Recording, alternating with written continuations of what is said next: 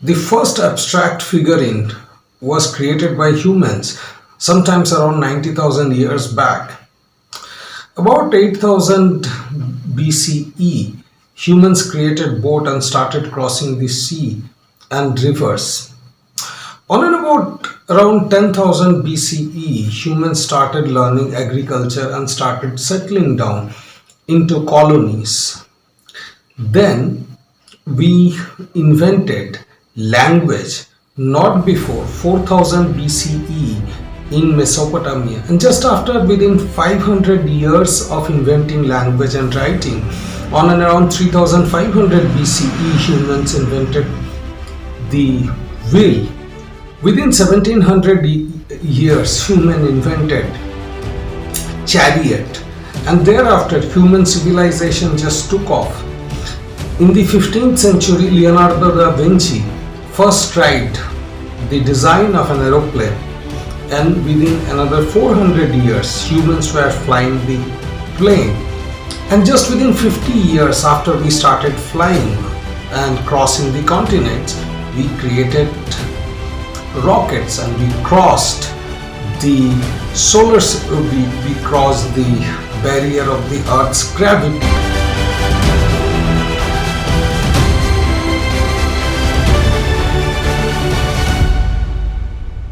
Hello everyone, I am Rupam, founder and CEO of Aculi Labs Private Limited, creator of Lifers, which is a home healthcare system, holistic home healthcare system. I'm the creator of diagnosis and therapeutics protocols. I'm also author of the book Intimacy Lost for Man, The Birth of the Lugal, and the ebook 0 to plus minus equal to for the startup. I'm also the inventor of PIO, Public Angel Investment Offer for Private Placement, a platform that enables angel investors, retail angel investors, to invest in frugal and profitable startups for only with 10,000 rupees. Welcome you all to episode number 32 of 0 to plus minus equal to, and as promised, today's episode is all about how a startup can build time asset. In today's episode, we are going to discuss how to create time asset.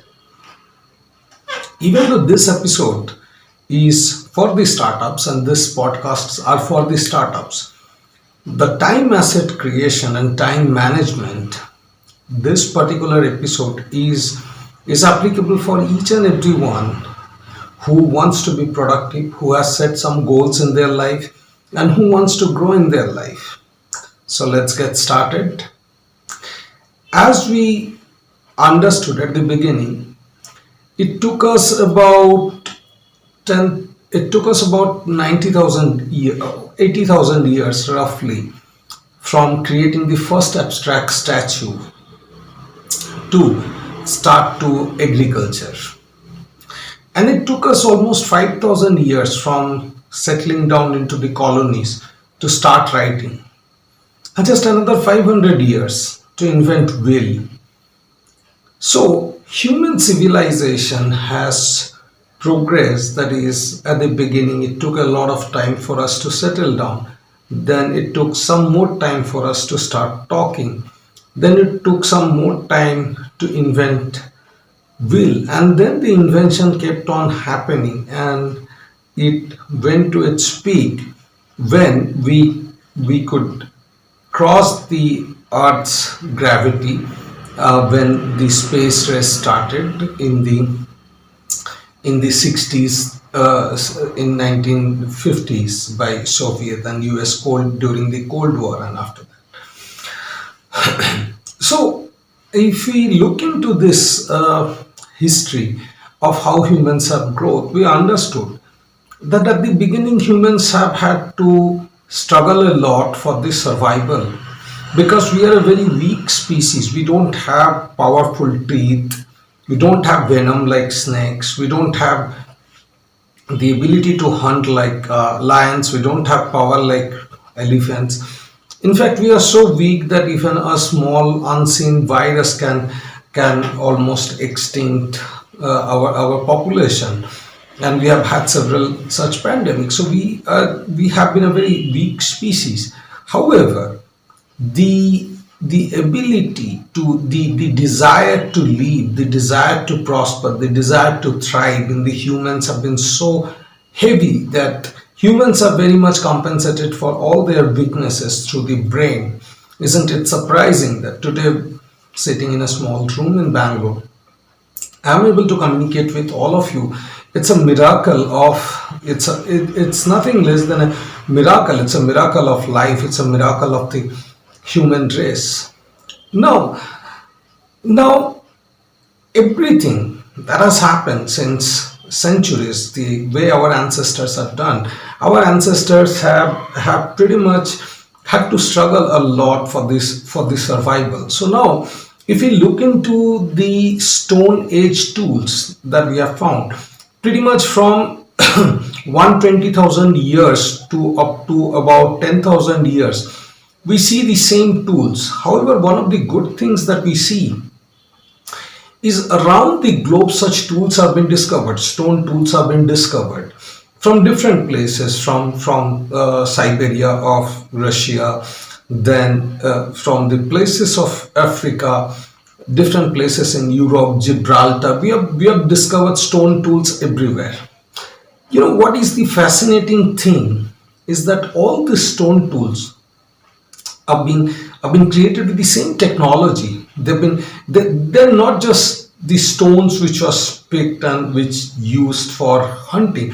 They're very skillfully built. So it means that humans develop technologies to not only build tools but to teach their next generation how to build and make those tools, and that technology transferred around the globe.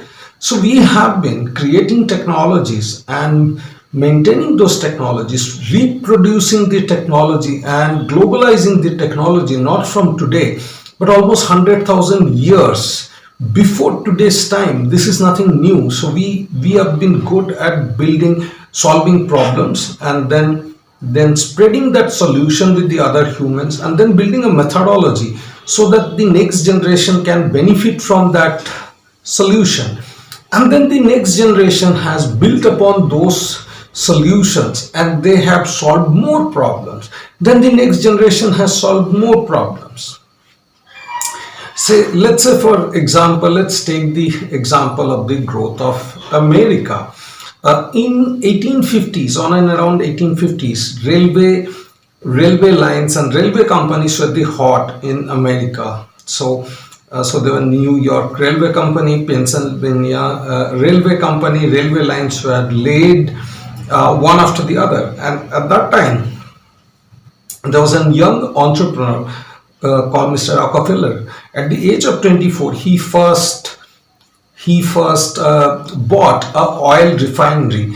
At that time, kerosene was a very premium product. Only wealthy people could afford kerosene. But Mr. Rockefeller really invented technologies to make oil refinery. He revolutionized oil refinery.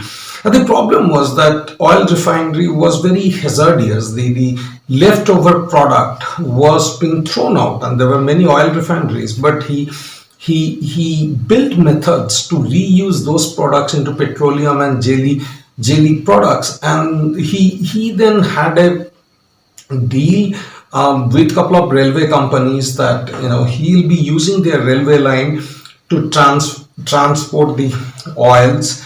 And thereafter the railway companies discovered that Mr. Rockefeller was growing just too heavy based on their infrastructure, and then they denied to cooperate. So Mr. Rockefeller started building pipelines, the oil pipelines from his refinery to all the end places in America. It was very difficult. Oil pipelines are extremely difficult. They have to be airtight, and there has to be many pumping stations in between. But almost 4,000 miles of pipes, oil pipes, were laid in America when the train companies refused to cooperate with Mr. Rockefeller. And within 4 years, America had almost 4,000 miles of oil pipes.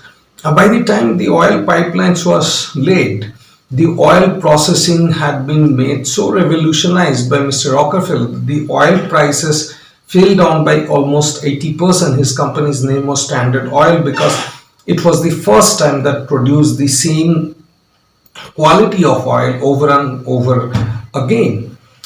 So, what Mr. Rockefeller did was something that our ancestors had already done. He took up a technology that was Stone Age technology, oil refinery, and then he perfected that technology. Made the oil refinery quite good, and then he used the reminiscence of that product to further create product. He reused that resources, and he spent a significant amount of time to build, to innovate, to create those methods which made his oil company one of the best oil companies. And within 2 decades he was owning almost all the oil fields in the world and refineries. He purchased the refineries of all the other refineries. Some he modified, some he could not, so he just closed down. But he purchased, and then he also purchased a lot of railway companies. So this is so from Mr. Rockefeller's story and from our ancestor story, we understand one very key important thing, that when it comes to time, when it comes to time, time is not really linear. Time is not linear, that is, it is not same for everyone. Also, the same amount of work is not being done in every part of time. So understand, when you have a good time, you may have observed that the time flies by. And when you have bad time, when you are struggling, suffering, you might have observed that the time doesn't seem to pass. So even though Earth rotates around the sun almost at the same speed, but our perception to that time is completely different. Different human beings perceive the time in completely different ways, and that is the reason few people you'll see appear to have aged very faster. Some people appear very tired at a very young age, and some appear extremely youthful even when they cross 80. For example, India's Prime Minister Mr. Narendra Modi, he appears to be one of the most hardworking world leaders present today, working over 16 hours even after the age of 70. And on the other hand, many of the youngsters, excuse me, in IT companies, they complain about a lot of workload and timing. So the way Mr. Modi sees the time is completely different. The way some of the IT employees sees the time is completely different. The way Mr. Rockefeller saw the time was completely different. In his lifetime, he saw a small oil refinery company to become the global leader in oil production and refinery, and he made sure that the kerosene reached to every household. Every household could have evening light, and that fueled the education revolution because workers could go back home, their children could be studying in the evening because they had the access to light. So Mr. Rockefeller had contributed significantly, and all of this was done only within 20 years. He brought about the industrial revolution just within 20 years. If you see the case of Mr. Elon Musk, in 2008 he started building SpaceX, a company to create rockets that could take human race to the Mars. But in that mission, one of the key aspect was innovating a rocket which could come down to Earth, because we have to expand 3 stages of rockets if you want to drop a satellite or spacecraft, if you want to place a satellite, or if you want to drop a spacecraft in the space. So 3 rockets have been completely wasted. So Elon Musk and SpaceX company, they created a rocket which could come down to Earth. So what we are learning from this is time is not really linear. From Mr. Elon Musk, in 10 years he has achieved, he built a rocket from the scratch which could come back to the Earth after placing a satellite in the orbit. That's phenomenon, isn't it? Nobody could think in the rocket technology that in 10 years rocket technology could progress that much. Nobody could think that within 20 years a young boy, Mr. Rockerfeller, then 24 years old, will take a small oil refinery farm and he will create an oil economy just within 20 years. It was phenomenal, right? So, from these stories, we have to understand, you have to understand, that time is not really linear. Irrespective and irrelevant is the fact that Earth moves around the Sun in the same speed, but the time is not relevant. For some people, time is very slow, and for some people, time flies very fast. Now, what is this? Why some people are why some people sees that they have so much of time, and why some people find that they totally do not have any time? Okay, so we have something called a clock, SCN in our brain, and in each of our cells and organs there is a clock. So we have a timer in our body, and 2017 Nobel Prize was given for inventing this clock, which controls pretty much our endocrine cycle, our metabolic cycle, and everything. So it's our brain that perceives the time, right? And based on that, the brain ages, our body ages. Now, for some people, this time flies very slow. The brain perceives the time as a very, very long process. But for some people, the brain sees the time flies by very, very, very fast. Some people think 24 hours is too much of a time. They get so much out of it. And some people think 24 hours is not enough to live a good life. So this is how your brain perceives this timing. And there is a concept called biological aging. Some people ages quite fast and some people ages quite slow. Anti-aging has been one of the very prominent industries in USA. Since 1969 there have been anti-aging conferences and people have been trying to build anti-aging creams and all other products. So people discovered much earlier that some ages very fast, dies very fast, and some do not seem to age. For instance, in 1290 BCE, the then Egyptian emperor, Egyptian Pharaoh Ramses III, who has been also considered as one of the most successful pharaoh and one who has taken Egypt to the next generation. Ramses III survived for over 90 years. When the average age of the Egyptians was about 27 years, and pharaohs used to live for about 30 years. So at an era when everybody is living on and around for 30 years, Mr. Ramses lived for nearly, Pharaoh Ramses III lived for nearly 90 years, 3 times more than the average. And we see the same pattern over and over again. In the 3rd century BCE, that is about 2300 years back from now, in ancient Greece, the average life used to be around 35 years to 45 years. That was on and around the time in which people used to live.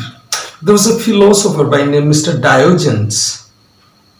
Mr. Diogenes lived for the philosopher, Athenian philosopher Diogenes. He lived for 90 years. Whereas his colleague Aristotle's mentee Alexander, he died almost at the age of 33. But Alexander achieved something in the age of 33 which most of us cannot dream to have achieved in our entire lifetime. Alexander the Great, he almost conquered the world as much as connected world was, and that included passing the Khyber Pass from Afghanistan to India, which is very dangerous. region, by the way, many other mountains, many other tough areas, just in 33 years of his lifetime.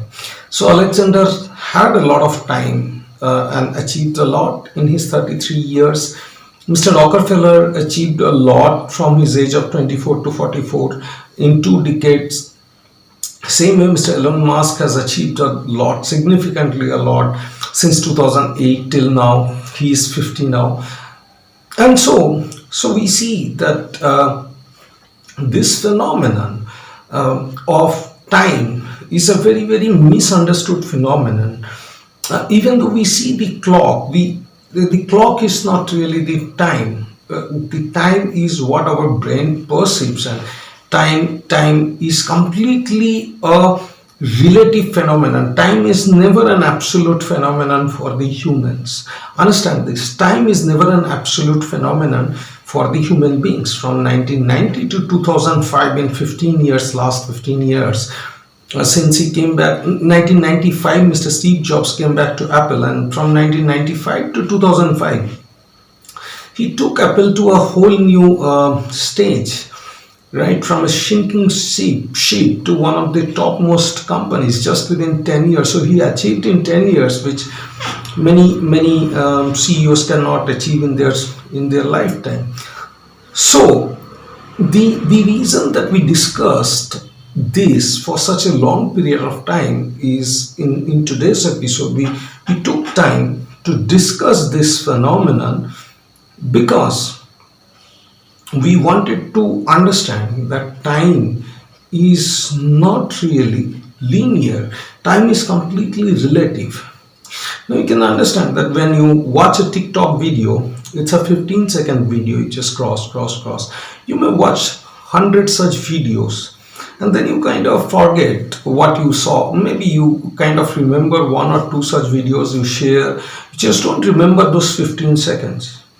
But if you attend a Khan Academy class, that's a 1 hour video.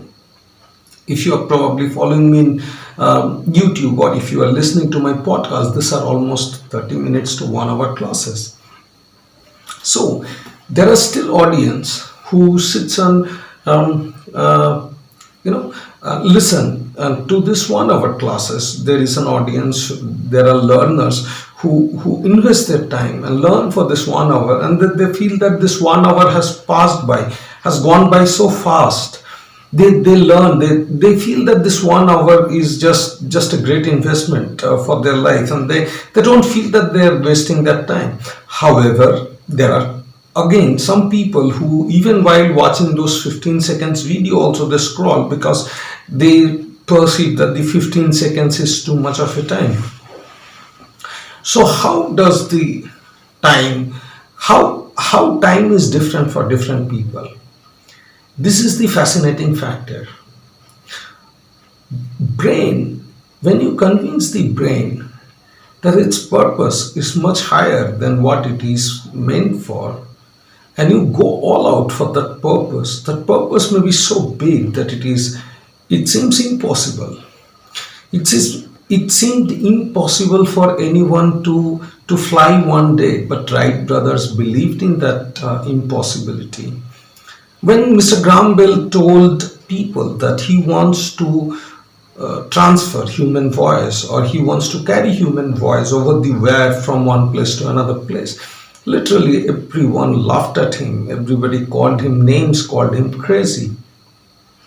But he built telephone, right? He proved all of them wrong. When Mr. Tesla first invented and talked about alternative current, he was being opposed phenomenally from his mentor and his former employer, Mr. Edison. In fact, Mr. Edison used alternative current to electrocute an elephant and show people how dangerous that was. And later on, he made sure that alternative current is used for the death penalties, and people were not really ready to believe that alternative current is the future of the current. But in 10 years, alternative current could enlighten the entire globe just the way the effort of Mr. Rockefeller brought about the oil revolution.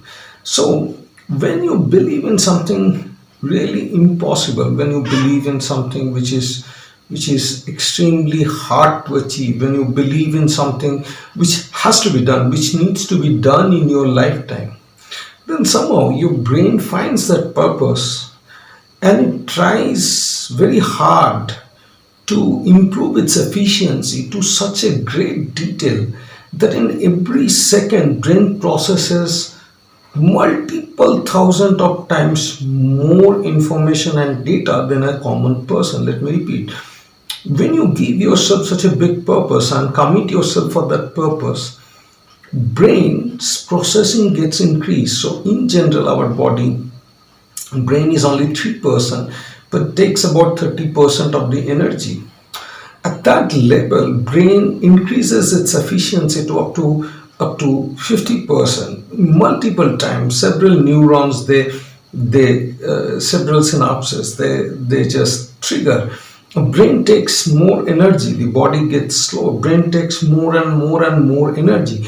So because there is so much of processing which is being done per second, brain's perception about the time becomes slow. Let me repeat, let's say if your brain is processing 100 information in a second, so brain pretty much knows that after completing this 100 information, it knows that 1 second has gone by. All right, now if the brain is doing 10,000 such instructions in a second, the brain is doing 10,000 such instructions in a second, brain just kind of think that okay, it's not 1 second, I have been working for such a long period of time, and over a period of time brain just get accustomed. After a lot of processing, brain thinks that it's a second, so it slows down significantly. There's a process by means of which brain keeps slowing down, and when brain keeps slowing down, you get much more out of each second. That's your time capital. That's your time capital. That's an asset. You have slowed down the time.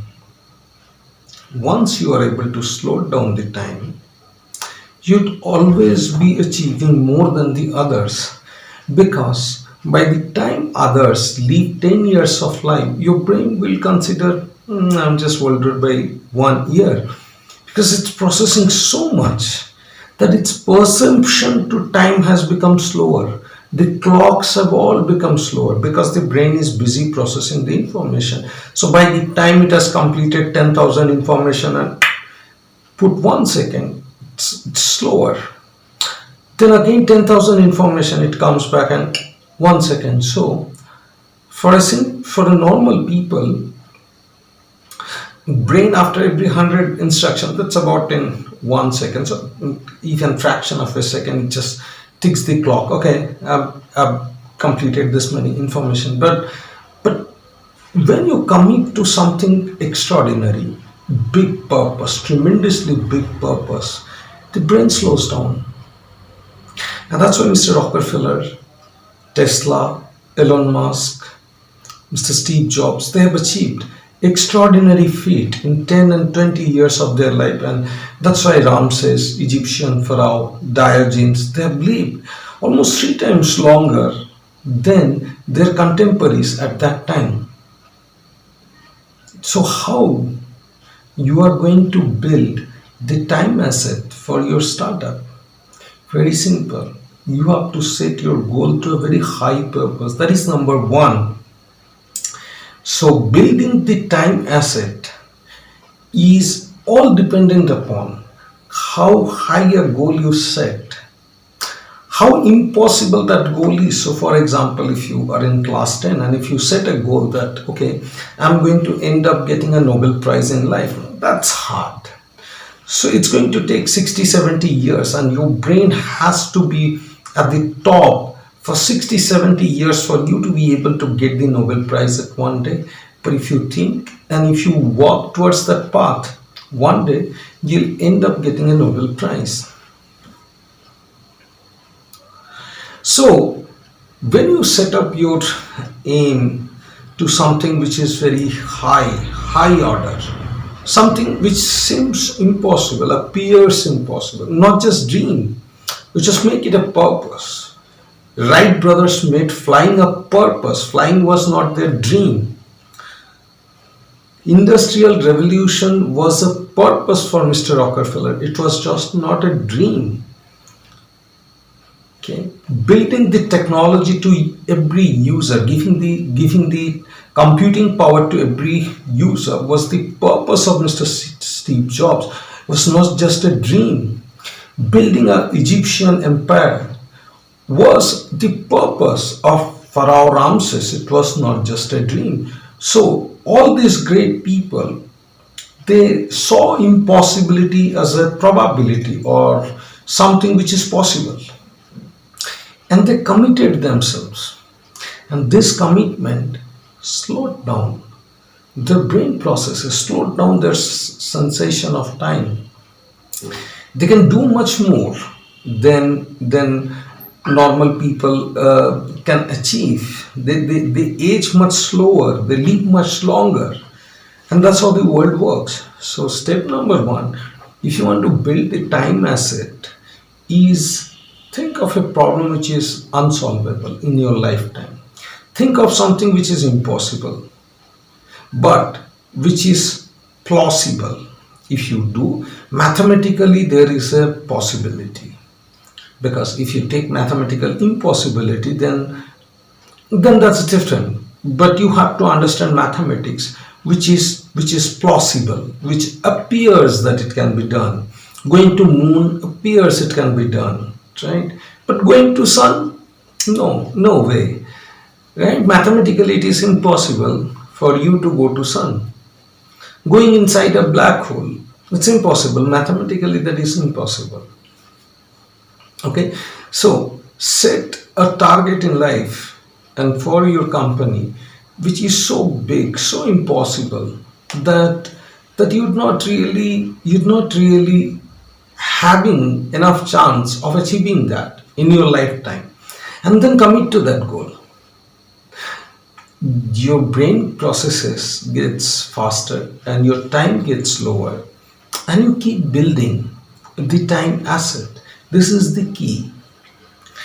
Now coming back to what you are going to do in that time, now that you have committed for something impossible, but you have to eat, you have to earn money, you have to create a company, right?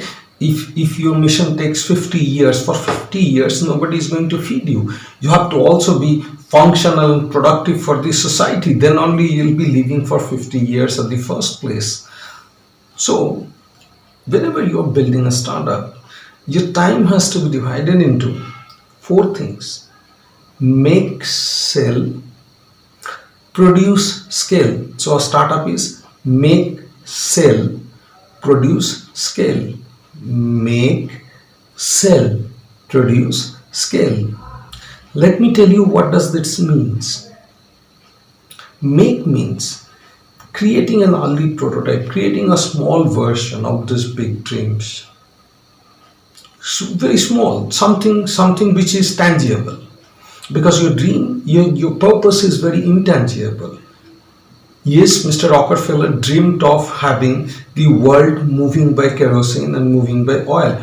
But it started with a small oil refinery company. There is something very, very tangible, right? Because our brain, alongside the big purpose, needs something tangible, needs something physical also. So it is this tangible thing that you have to make, a small tool that will be part of your large purpose, a small technology that will be part of your large purpose. For example, for Tesla company, Elon Musk built several technologies, starting from engine redesign to battery redesign. It created a lot of batteries, battery charger. There were many components, right? And each of the components can then be used to sell also. You don't have to wait for making the rocket. So SpaceX, once they could launch their first rocket, they made a deal with NASA. It was a $1 billion deal that helped the company to generate revenue at the early stage. So you don't have to wait for 50 years for your company to generate revenue. Mr. Rockefeller started generating revenue and profit from his small oil refinery company, which nobody else at his time could do, because he could reuse the reminiscence, the leftover product of the petroleum, of the oil, and he brought out jellies and lip gel, balms, etc., which basically brought the revenue for Standard Oil Company. So when you make you create something which doesn't exist, of course, but which is needed by people, some tools, some technologies, right? You create that, and then you sell that. This sale is going to be very hard sell. People are not yet accustomed to your new technology, right? People were not accustomed. People did not know what to be done with the oil. He was producing the oil, but people did not know. So he had to figure out how to get people to use the oil. Tesla produced alternative current, and companies started manufacturing them, but producing current. But people still did not know what to be done with the electricity. So there was a significant amount of invention that was required in terms of motor, in terms of electricity generator, and everything. So initially, the sale is going to be very hard sell. So half part of your time goes to make, half part of your life goes to sell. Make, sell, make, sell, make, sell. This cycle continues till you are able to sell what you have made without making much. Your make has reduced and your sale has increased. So you're selling for 80% of the time and making 20% of the time. Then you are selling 90% of the time and making for 10% of the time. So initially 50-50. Then your sales time increase and make time decreases. At that time, you know that your product is coming to a very, very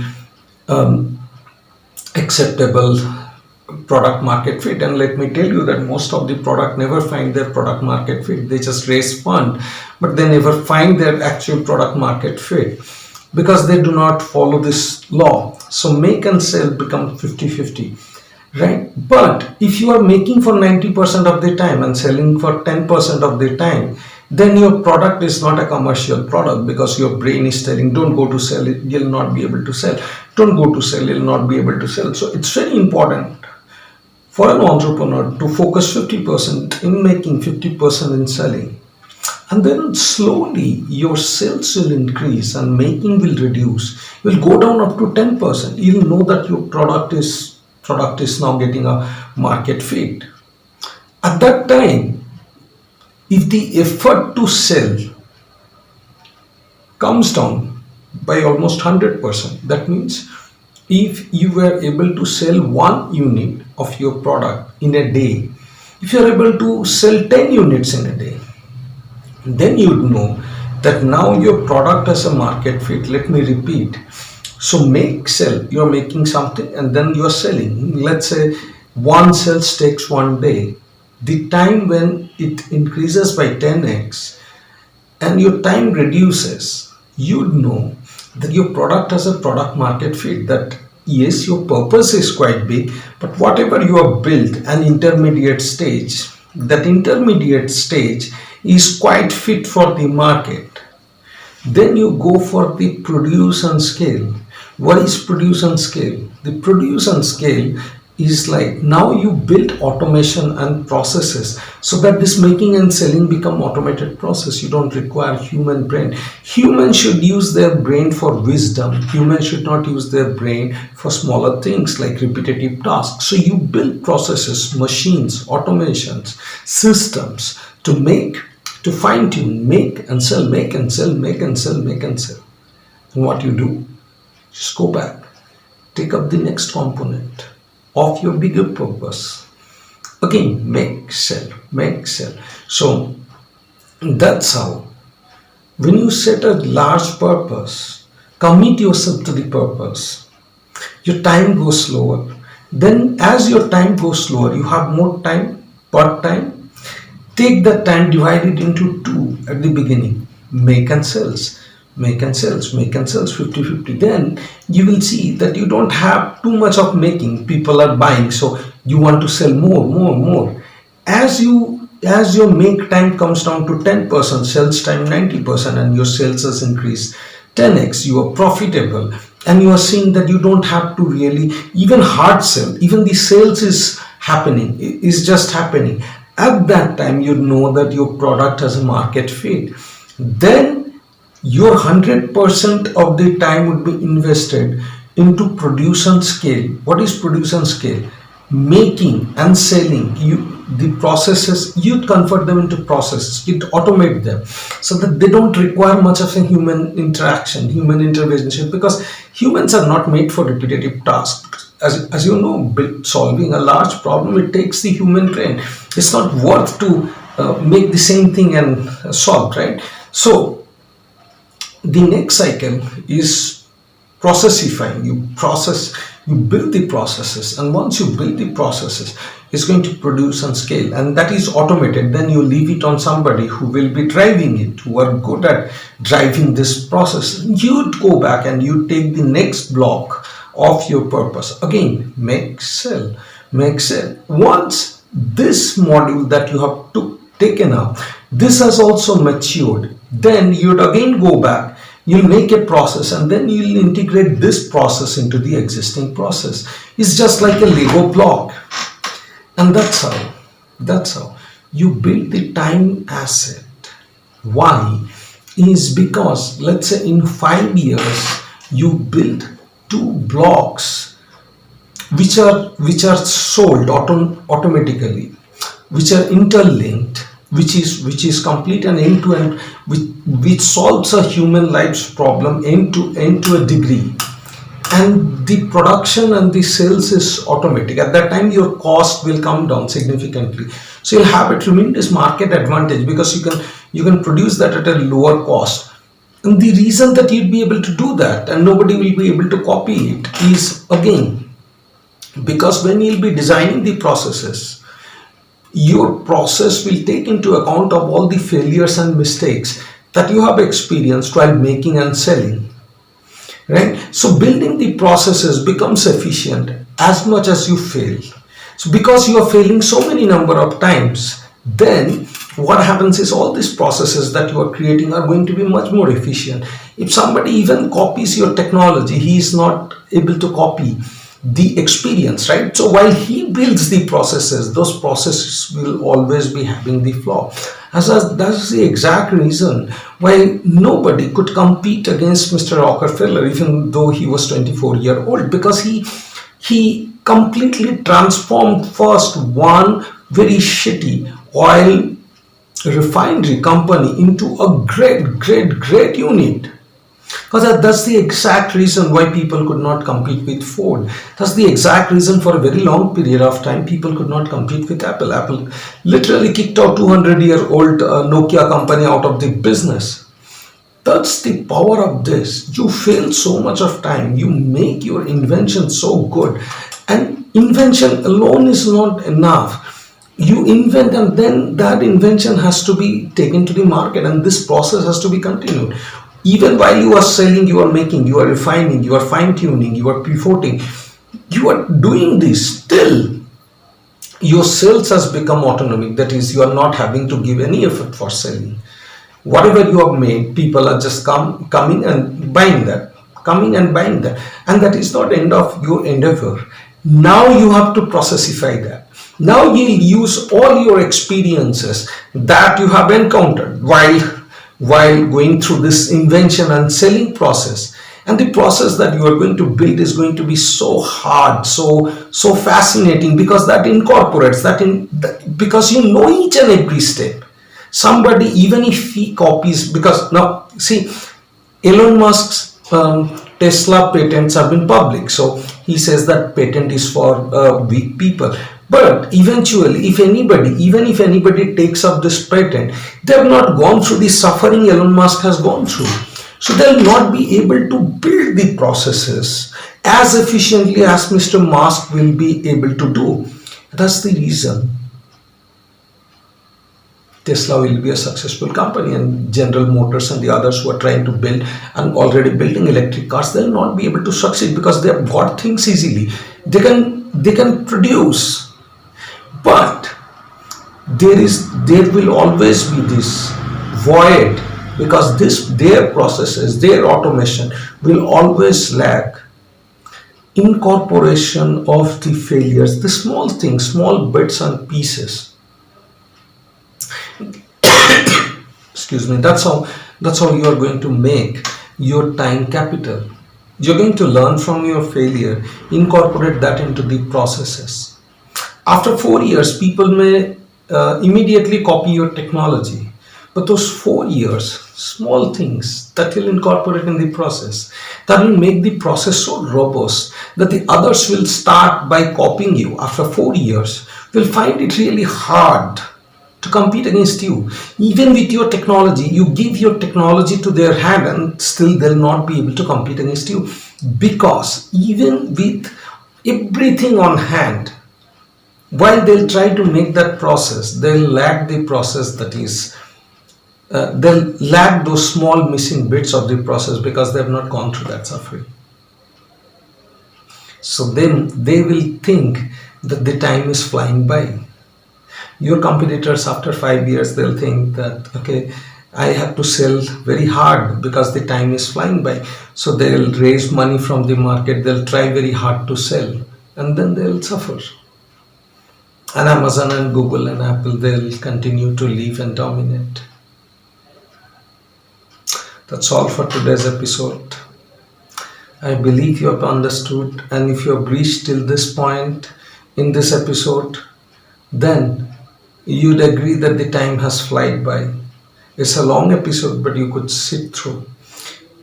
You could process the entire information. This is time asset.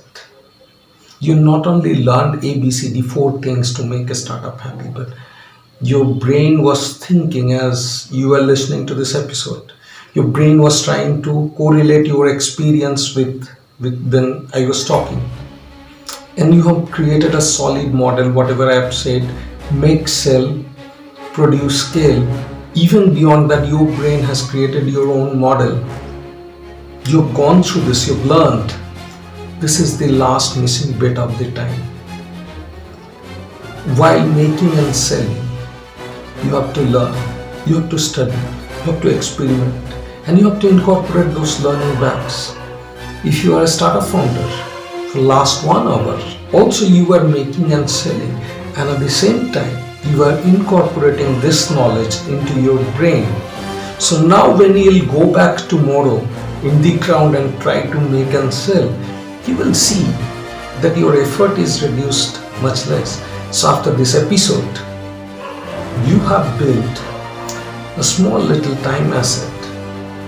Now you know how to make, sell it to yourself, and then make it a process.